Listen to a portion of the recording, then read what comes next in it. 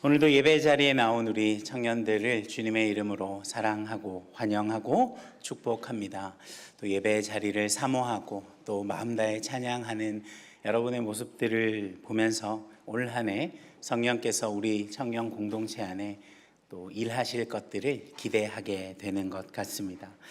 한 해가 시작되고 또 성경을 새로운 마음을 먹고 성경을 읽고 있는 지체들도 많이 있을 텐데, 여러분, 우리가 성경을 읽다 보면 레위기나 이런 위기들을 만나는 경우도 있지만 굉장히 가슴 벅찬, 그래서 우리의 심장을 뛰게 하는 그런 장면들을 성경을 통해 우리는 만나기도 합니다. 지금 우리는 사도행전 말씀을 나누고 있기 때문에 이 사도행전에서도 보면 성령께서 강림하신 이후에 연약하고 겁이 많던 제자들이 생명을 걸고 예수님을 증언하는 그런 변화된 모습들, 그리고 열심을 다해서 박해자였던 사울이 바울로 변하는 아주 극적인 장면 같은 것들 말이죠. 그런 것들을 읽을 때면 우리의 심장이 쿵쾅쿵쾅하는, 가슴이 뛰는 경험들을 우리가 할 때가 있습니다. 이 사도행전에 또한 기록된 우리가 계속 보고 있는 이 초대교회의 모습은 오늘날 모든 교회가 돌아가야 하는 아름다운 신앙 공동체의 모범을 잘 보여주는데요. 그래서 많은 교회들이 이 초대교회 모습을 회복하자, 우리가 그때로 돌아가자라고 기도하며 외치기도 합니다. 그런데 여러분, 결코 우리가 잊지 말아야 할 것이 한 가지 있는데, 이 성경은 아주 낭만적인 이야기들이 가득 담겨 있는 예쁜 동화책이 아니다라는 것입니다. 성경은 우리 인간의 현실, 그러니까 죄로 인해 타락해버린 인간의 현실을 절대로 과장하거나 미화하지 않습니다. 빛이 있는 곳에 필연적으로 그림자가 드리워지는 것처럼 성경은 그것을 아주 적나라하게 우리에게 보여주는 것이죠. 오늘 우리가 함께 읽은 이 4장 후반부와 5장 전반부의 말씀은 이 초대교회라고 하는 이 예루살렘 교회에 형성된 이 공동체, 기독교 역사상 가장 위대하고 아름다운 빛의 공동체 안에 얼마나 치명적인 어두움, 그림자가 공존하고 있었는가 하는 것을 우리에게 잘 보여주고 있습니다. 오늘 우리는 말씀을 통해서 또 우리 청년 공동체가 나아가야 할 방향들을 함께 점검하고, 또 우리 각자 내면 가운데 숨겨진 그 그림자들을 빛 가운데 비추어낼 수 있는 은혜의 시간들이 되기를 소망합니다. 먼저 본문 4장 32절을 보면 가슴 벅찬 초대교회의 모습이 등장하는데요. 믿는 무리가 한 마음과 한 뜻이 되어 모든 물건을 서로 통용하고 자기 재물을 조금이라도 자기 것이라 하는 이가 하나도 없더라. 여러분, 이 시대의 배경 잘 알고 계시겠지만 한번 다시 생각을 해 보십시오. 1세기 로마 제국 치하에 이 당시 로마가 다스리던 곳은 철저하게 계급사회였습니다. 지배하는 자와 지배를 받는 자, 정확하게는 이 페트론이라고 하는 후원자 계급과 클라이언트라고 하는 수혜자 계급이 있습니다. 이들은 이 페트론, 후원자 계급은 자신의 수혜자들에게 돈과 이런 안전을 보장해주고, 또 이 수혜자들은 그렇다면 이 후원자들을 향해 무엇을 드리느냐? 절대적인 충성과 사랑과 그들을 향한 칭송을 드리는 거죠. 왜 그렇습니까? 당시 이 로마 시대에서는 명예가 재산보다 훨씬 더 중요한 것이었기 때문입니다. 그래서 이 후원자들은 내가 얼마나 많은 클라이언트들을 거느리고 있는가 하는 것이 그들의 명예에서 아주 중요한 부분을 차지했던 것이죠. 힘과 권력, 그리고 소유가 그 인간의 가치를 결정하는 약육강식의 사회가 바로 이 로마가 다스리고 있던 그 근동의, 그리고 유럽의 현실이었다라는 겁니다. 그런데 그 척박하고 어두운 그 지역의 심장부, 유대 종교의 율법주의가 한가운데 있는 그곳에 전혀 새로운 신앙 공동체가 등장해버린 것이죠. 그들은 자신들의 가장 소중한 사유재산을 포기하고 서로 나누기 시작합니다. 여러분, 이것은요, 절대로 억지로 강요된 공산주의가 아니었습니다. 33절을 보면 사도들이 큰 권능으로 주 예수의 부활을 증언하니 무리가 큰 은혜를 받아 이렇게 기록하고 있죠. 즉, 이 기적적인 나눔의 원동력이 어디에 있었느냐? 부활의 복음 그리고 성령께서 주시는 은혜였다라는 것이죠.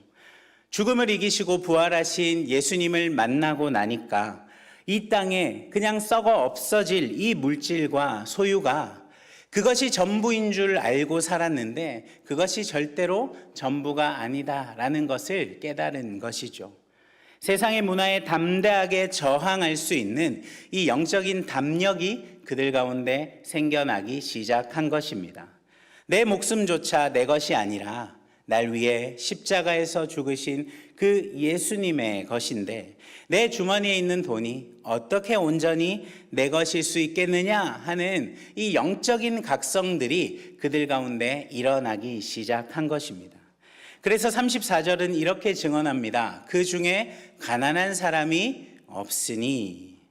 초대교회 성도들은 밭과 집을 팔아서 사도들의 발 앞에 두었고 그것은 각 사람의 필요를 따라 아주 공평하게 나누어졌습니다.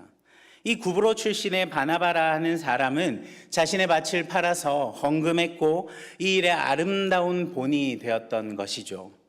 그 결과 예루살렘 교회 안에는 끼니를 걱정하며 생존의 위협을 받는 가난한 사람이 단 한 명도 없게 되었던 것입니다. 이것이 바로 성령이 충만한 빛의 공동체가 보여준 아주 놀라운 기적 같은 일이었습니다. 사랑하는 여러분, 저는 오늘 이 가난한 사람이 없으니 라는 구절을 우리가 오늘날 우리의 삶에, 이 시대 우리의 삶에 한번 좀 새롭게 비추어 보았으면 좋겠습니다. 오늘날 우리나라, 이 대한민국은 경제적으로 아주 세계적인 반열에 오른 나라이죠. 초대교회 성도들처럼 당장 내일 먹을 양식이 없어서 굶어 죽는 그 1차원적인 가난을 걱정해야 하고 그 가난을 겪고 있는 사람들의 숫자가 과거에 비해 그리고 이 성경의 시대에 비해서 현저하게 줄어 있습니다. 하지만 과연 우리 중에 지금 이 자리에 모여 있는 우리 중에 진짜 이 시대에 가난한 사람이 없는가? 우리는 다시 한번 질문을 해봐야 하겠습니다. 오늘날 우리 청년들, 이 시대를 살아가는 많은 사람들은 그 어떤 시대보다 심각한 빈곤에 시달리고 있다. 저는 그렇게 생각합니다. 그 빈곤이 무엇일까요? 바로 영적인 가난과 정서적인 빈곤입니다.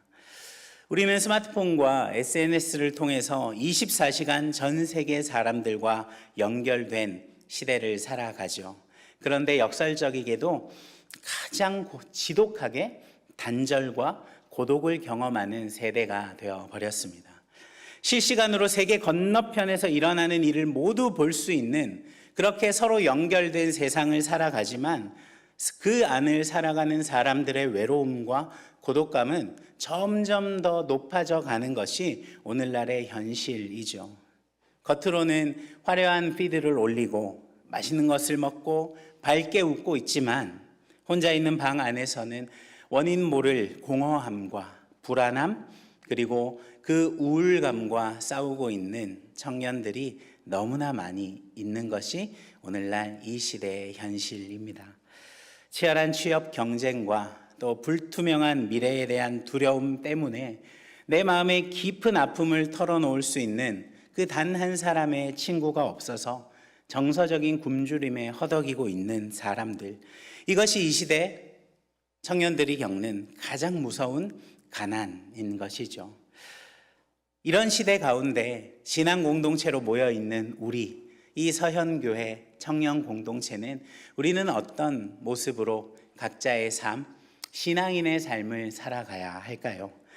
초대교회가 물질의 나눔을 통해 육신적으로 가난한 사람이 한 명도 없게 만들었다라고 한다면, 그런데 여러분, 우리도 그들을 따라 그렇게만 하면 되는 것입니까? 절대로 그렇지 않습니다. 그들이 한 마음 한 뜻이 되어서 여러분 소유를 나누었다라고 할 때 우리는 그저 이 먹을 거 빵을 나누고 옷을 나누고 그래서 굶주린 사람이 없었고 헐벗은 사람이 없었구나. 그 육의 양식을 채우는 데만 우리가 시선을 집중해서는 안 된다라는 것이죠. 중요한 것은 무엇입니까? 그들은요, 함께 했습니다. 함께 모여서 사도들의 가르침을 받았고요. 함께 모여서 기도했고 함께 모여 떡을 떼었습니다.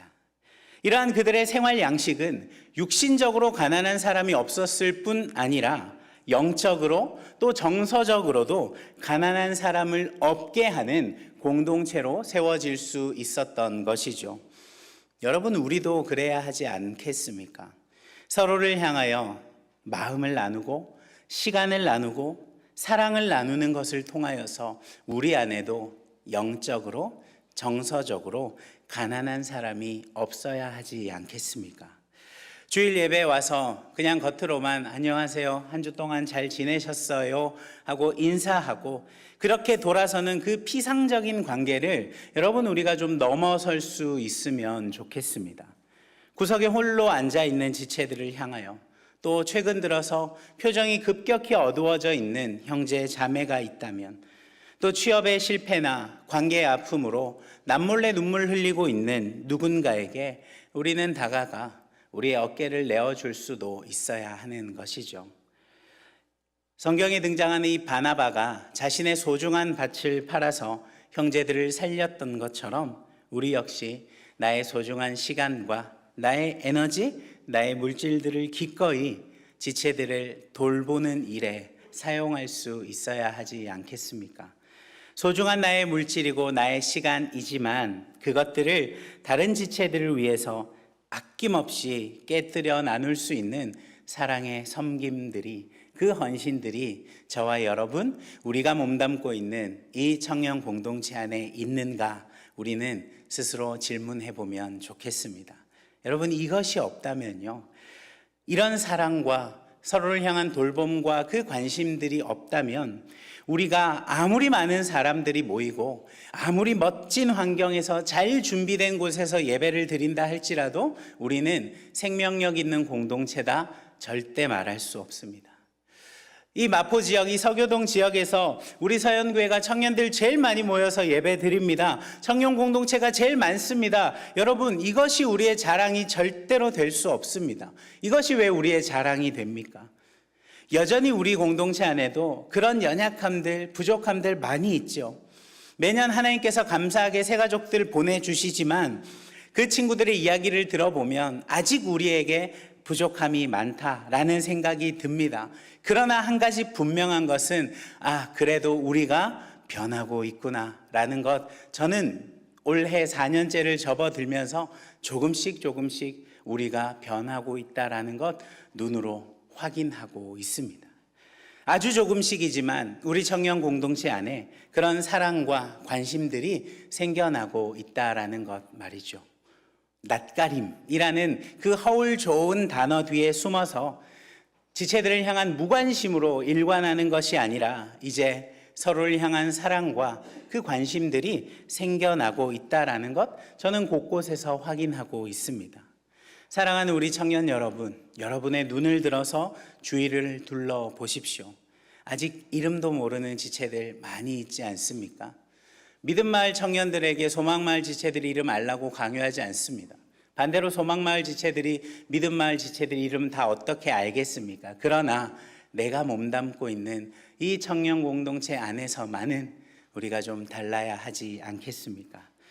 매주 만나지만 평소와 달리 어두운 표정으로 앉아있는 지체가 없는지, 주님이 우리에게 찾아오신 것처럼 그렇게 우리도 먼저 서로를 향해 나아가 사랑으로 섬길 수 있으면 좋겠습니다. 여러분, 우리가 진짜 자랑해야 하는 것이 무엇인지 압니까? 우리 공동체 안에는 소외받는 사람이 없습니다.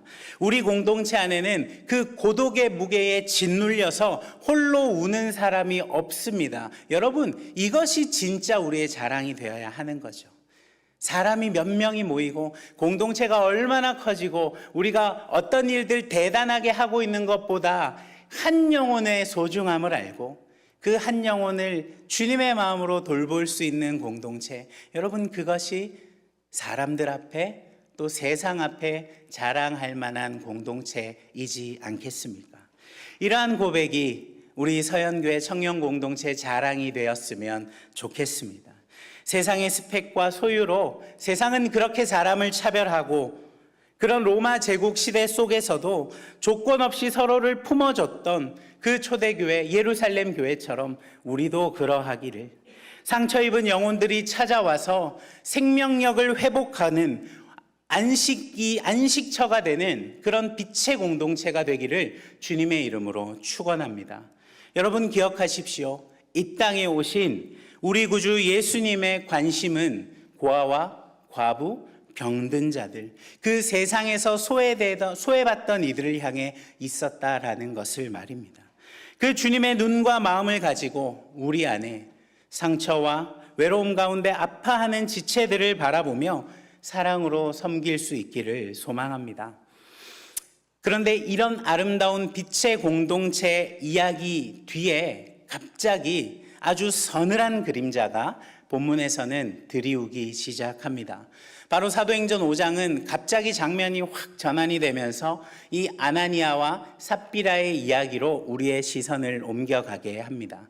4장 마지막에 이 바나바가 자신의 전 재산을 바쳐서 성도들로부터 엄청난 존경과 칭송을 받았던 것, 이 예루살렘 교회 안에 소문이 많이 났겠죠. 그것을 보니 아나니아와 삽비라의 마음 안에도 묘한 경쟁심과 또 질투심이 생겼을까요? 그들은 부활하신 주님을 향한 진짜 사랑과 헌신 때문이 아니라 그 사람들로부터의 칭송, 그 종교적인 허영심 때문에 자신들의 소유를 팔았습니다. 그런데 그들은 밭을 판 돈을 손에 쥐자 어떻게 됩니까? 욕심이 생기고 본전이 생각나기 시작하는 거죠. 그래서 돈의 일부를 몰래 뒤로 감추고 남은 것만을 이 사도들의 발 앞에 가져다 놓고 이것이 전부인 것처럼 연기를 했습니다. 여러분, 이것은 단순히 금전적인 횡령이 아니라 철저하게 아주 계획된 위선이었다라는 것이죠. 여러분, 여기서 우리는 매우 중요하고 아주 핵심적인 영적인 원리 하나를 짚고 넘어가야 합니다. 제가 이 본문을 준비하면서 순서대로 본문을 준비하는데 이 본문이 오늘 설교하는 날에 걸리지 않기를 바랬습니다. 왜요? 우리 청년들 불편해할까 봐요. 돈 얘기니까요. 헌금 이야기니까요. 그런데 딱 오늘 이 본문을 설교해야 되는 차례가 되더라고요. 우리가 어떻게 오해할 수 있습니까? 하나님은 헌금 다 바치지 않고 조금 떼어 먹어서 하나님이 화가 나셨구나. 하나님 철저하게 그 모든 것을 계산하시는 아주 무서운 분이시구나. 여러분, 결단코 아닙니다. 사도 베드로가요, 이 아나니아를 책망하면서 본문 5장 4절에서 무엇이라 얘기합니까? 여러분, 우리 같이 한번 읽어보시겠습니까? 사도행전 5장 4절입니다. 시작.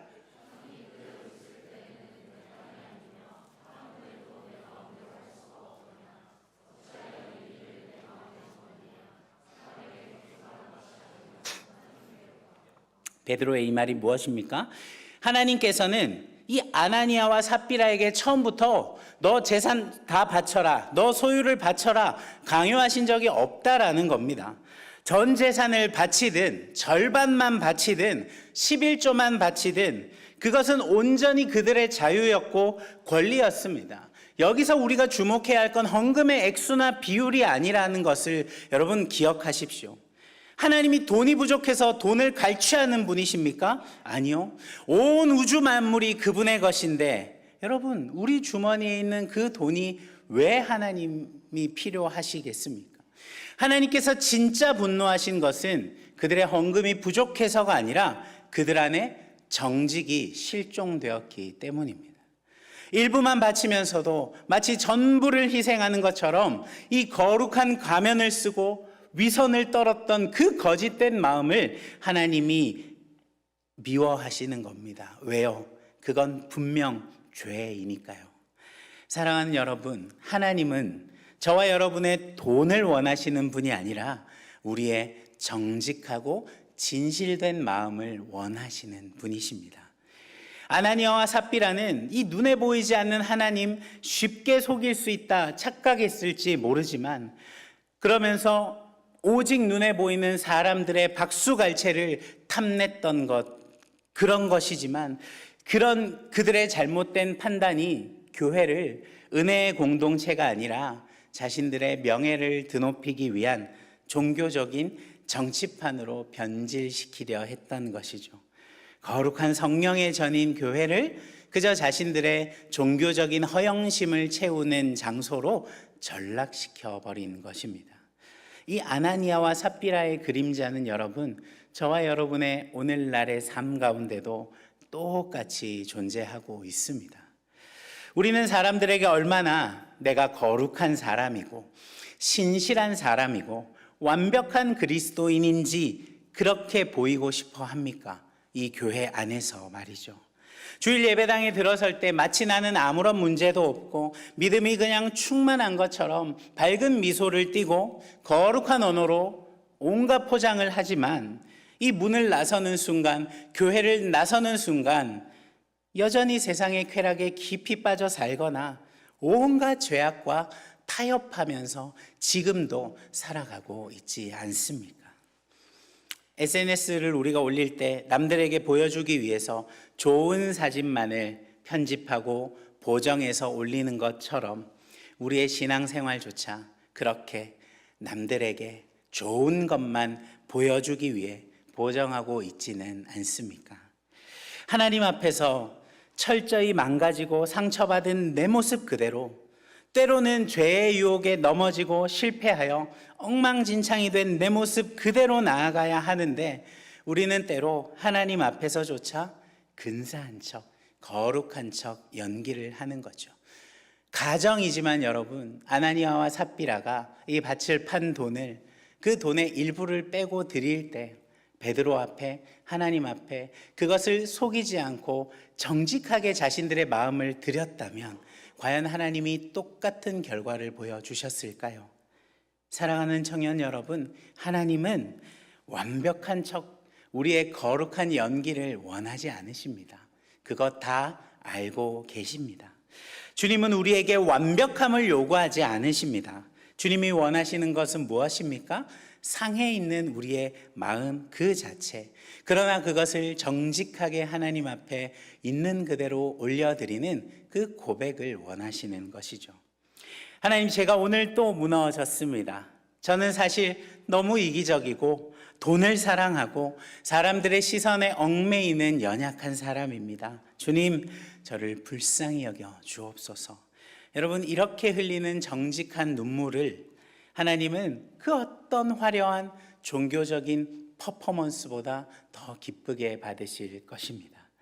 우리가 하나님 앞과 사람 앞에서 우리가 쓰고 있는 이 가면을 벗어 던지고 정직과 진실함으로 주님 앞에 나아가는 그런 신앙 공동체가 되었으면 좋겠습니다. 그런데 여러분, 이 본문을 보면 이 이어지는 결과가 어떠합니까? 이 베드로의 책망을 들은 아나니아는 그 자리에서 엎드러져 혼이 떠났습니다. 죽음을 맞이한 것이죠. 3시간쯤 지나 남편의 죽음을 모르고 들어왔던 삽비라, 아내 삽비라도 똑같이 거짓말을 하다가 베드로의 발 앞에 엎드려져 동일하게 죽음을 맞이합니다. 여러분, 이 장면을 읽으면서 누군가에게는 불편한 마음이 생길 수 있죠. 아니, 거짓말 한번 했다고 그 자리에서 죽여버리시다니, 사랑과 용서의 하나님이 너무 가혹하신 것 아닌가? 아니, 구약시대도 아니고 예수님께서 구원하시고 용서하셨는데 어떻게 이렇게 무서운 심판이 일어날 수 있을까? 충분히 여러분, 우리가 해볼 수 있는 질문입니다. 왜요? 오늘날 우리도 하루에도 몇 번씩 거짓말을 하면서 살고 때로는 이 아나니아보다 더 심한 위선과 죄를 지으면서 살 때가 있기 때문이죠. 그런데 우리는 멀쩡하게 살고 있지 않습니까? 하나님 앞에, 사람 앞에 거짓말을 했다고 생명이 떠났다면 과연 여기 앉아있는 사람 중에 살아있을 사람이 몇 명이나 될까요? 그런데 왜 이 부부에게만 이토록 가혹한 일이 일어나는 것입니까? 우리는 이 사건을 어떻게 바라보아야 하겠습니까? 저는 이렇게 표현하고 싶습니다. 하나님께서 그 시작하는 거룩한 공동체 가운데 아주 따끔하게 예방주사를 놓아주신 것이다 라고 말이죠. 여러분, 구약 성경 여호수아서 7장에 보면 이스라엘 백성이 이 약속의 땅 가나안에 들어가서 첫 번째 전투를 여리고라고 하는 거대한 성을 돌면서 그 성을 무너뜨립니다. 그리고 하나님께서 그 성을 무너뜨리기 전에 이스라엘 백성에게 약속하신 것이 있습니다. 그 성에서 얻는 전리품은 개인이 어떤 것도 취하지 말라라고 분명히 명령하셨는데, 이 아간이라는 사람 하나가 그 명령을 어기고 전리품을 몰래 가져가는 그 죄를 범했습니다. 근데 그 한 사람의 죄 때문에 이스라엘 전체가 바로 그 다음 이어지는 아주 작은 이 아이성이라고 하는 전투에서 아주 비참하게 패배하고 맙니다.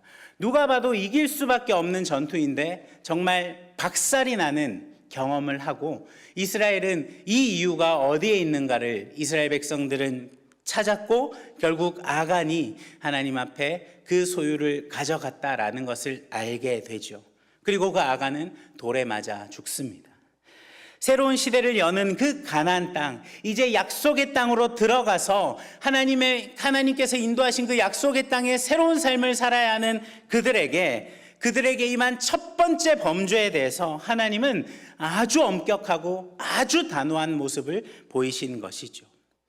하나님께 온전히 바쳐야 하는 그 규례를 아간이 어긴 것을 하나님은 철저하게 심판하심으로써 이 거룩한 공동체의 정결을 지키고자 하신 것입니다. 사도행전의 아나니아와 삽비라 사건은 바로 신약 교회의 이 아간 사건과 똑같은 것입니다. 성령이 강림하시고 교회가 새롭게 탄생한 직후에 이제 이 새 언약의 공동체, 너무나 아름다운 빛의 공동체 가운데 첫 번째 생겨난 범죄가 바로 이 아나니아와 삽비라의 사건입니다. 여러분, 초대교회는 이제 막 싹을 틔우는 생명의 공동체인데, 그 아름다운 빛의 공동체 안에 위선과 거짓과 탐욕이라는 그 바이러스가 침투하기 시작한 것이죠. 만약 하나님께서 이들의 죄를 대수롭지 않게 여기고 그냥 넘어가셨다면 어떻게 되었을까요? 아마 이 교회 안에서는 이제 헌금의 액수로 사람들의 서열을 매기기 시작했을 것이고, 자신의 명예를 얻기 위하여 속임수를 쓰는 것이 아주 당연한 문화로 자리 잡았을 것입니다.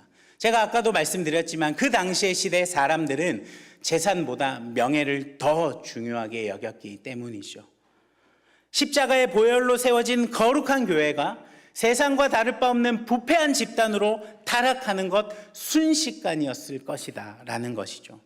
그렇기 때문에 하나님은 이 거룩한 교회가 타락의 길로 빠지는 것을 막기 위하여 이 아주 작은 죄 하나가 이 공동체의 생명을 얼마나 치명적으로 파괴할 수 있는지를 하나님 아시기 때문에 너무 아프지만 그들을 위하여 이 영적인 예방주사를 놓게 하신 것이죠.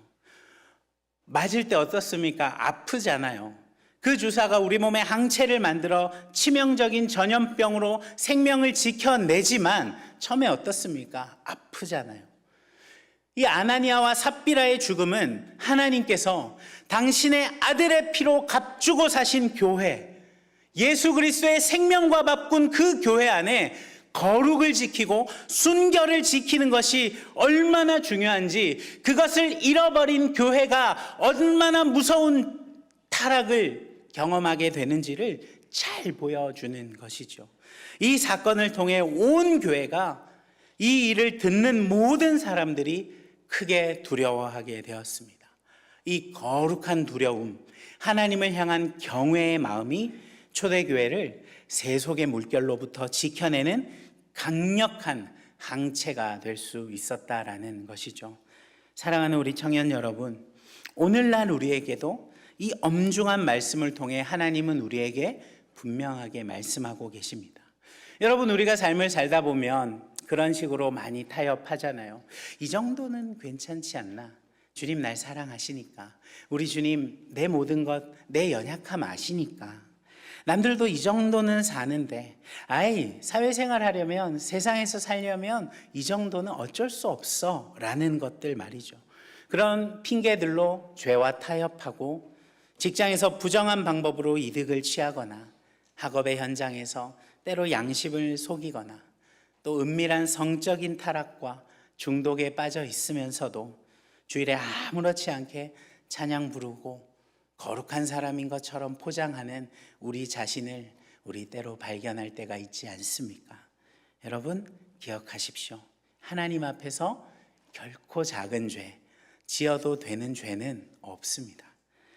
아주 작은 타협과 위협이라고 하는 그 위선이라고 하는 이 작은 바이러스 하나가 결국에는 우리의 영혼 전체를 갉아먹게 될 것이고 우리의 삶을 우리의 죽음으로 몰고 갈 수 있다. 우리의 공동체를 부패와 타락으로 몰고 갈 수 있다. 반드시 기억하시기 바랍니다. 하나님은 지금도 살아계셔서 저와 여러분의 중심을 불꽃 같은 눈동자로 감찰하고 보고 계시다라는 것 기억하십시오. 우리가 정말로 하나님을 경외한다면 세상 사람들이 다 걸어가는 그 적당히 반칙하고 적당히 타협하면서 걸어가는 그 길, 여러분 우리는 거부할 수 있어야 합니다. 때로는 정직하게 살기 위해서 손해보는 것도 있을 것이고 바보 같다라는 소리를 들을 때도 있어야 할 것이고 그러면서 손가락질을 받을 때도 있겠지만 우리는 그 예수께서 걸어가신 십자가의 좁은 길을 따라 걸어가야 하는 사람들입니다. 세상의 어떤 위협과 유혹 앞에서도 죄와 절대로 타협하지 않는 순결한 신앙인으로 우뚝 서시기를 바랍니다. 여러분, 적당히 세상과 교회에서 양다리 걸치는 미적지근한 신앙, 이 정도면 됐겠지, 이 정도면 나는 세상에서도 괜찮게 살고 이 정도면 주님이 용서하실 만한 신앙인이겠지. 여러분, 그 중간은 없습니다. 오직 진리와 정직을 생명처럼 여기는 거룩한 청년들 되십시오. 적용을 잘 하십시오, 여러분. 제 이 말은 세상 모든 친구들과의 관계를 다 끊고 거룩하게 살아라. 여러분, 그렇게 극단적으로 적용해서는 안 됩니다. 우리는 이 세상 속을 살아가고 여전히 죄가 관영하는 세상 속에 그리스도인의 빛을 발하며 복음을 증거하기 위해 그들과 함께 살아가야 하지만 그들 속에 사는 것과 그들과 똑같이 죄에 대해서 타협하고 사는 건 분명히 다르다라는 것입니다. 여러분, 이 부분을 절대로 우리는 놓쳐서는 안 되는 것이죠. 말씀을 마무리하겠습니다. 오늘 우리는 이 초대교회에서 나타난 두 가지 얼굴을, 그 빛과 그림자를 다 함께 살펴보았습니다. 우리는 부활의 소망 안에서 나의 시간, 나의 마음, 나의 물질을 기꺼이 나누고 우리 안에 영적으로 또 정서적으로 고립되어 있는 외롭고 가난한 지체가 없는지 여러분, 우리는 끊임없이 살피고 돌아보아야 합니다. 그것이 있어야 진짜 우리가 주님께서 기뻐하시는 생명과 사랑의 공동체다 자신 있게 말할 수 있는 것이죠. 동시에 우리는 이 아나니아와 삽비라의 사건을 그림자로 삼아서 그 그림자를 거울로 삼아서 하나님 앞에 어떤 영적인 가면을 쓰고 거짓된 위선의 모습을 보이는 것이 아니라 하나님 앞에 나의 연약함을 있는 그대로 내어놓는 정직과 진실이 있는 그런 청년들 되어야 할 것입니다. 세상과 타협이라고 하는 아주 작은, 그러나 우리를 결국에는 파괴로 몰고 갈 수 있는 그 바이러스와의 타협을 거부하고 십자가 보혈이라는 그 거룩한 예방주사로 말미암아 우리의 삶을 거룩과 순결로 지켜가시기 바랍니다. 그럴 때에 저와 여러분 한 사람 한 사람이 그러한 삶을 주님 앞에 살아갈 때에 우리가 세상의 어둠을 밝히는 진정한 빛으로 또 서로의 상처를 보듬어 줄 수 있는 따뜻한 위로자로 세워지고 그런 우리를 통하여서 이 서현교회 공동체가 주께서 기뻐하시고 주님께서 세상에 자랑할 만한 귀한 생명력 있는 아름다운 공동체 되어갈 줄 믿습니다. 그 말씀을 붙들고 주님 앞에 거룩하고 정결한 삶 살아가는 우리 모든 서연의 청년들 되기를 주님의 이름으로 축복합니다.